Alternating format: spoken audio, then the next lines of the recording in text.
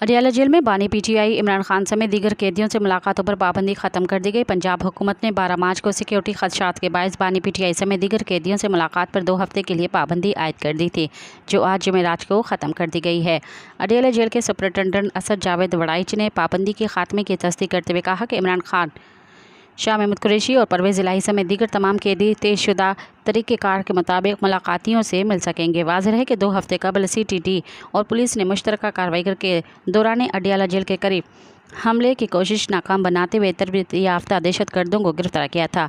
Jail हुकाम को धमकी आमेज़ कॉल्स भी मौसूल हुई थी।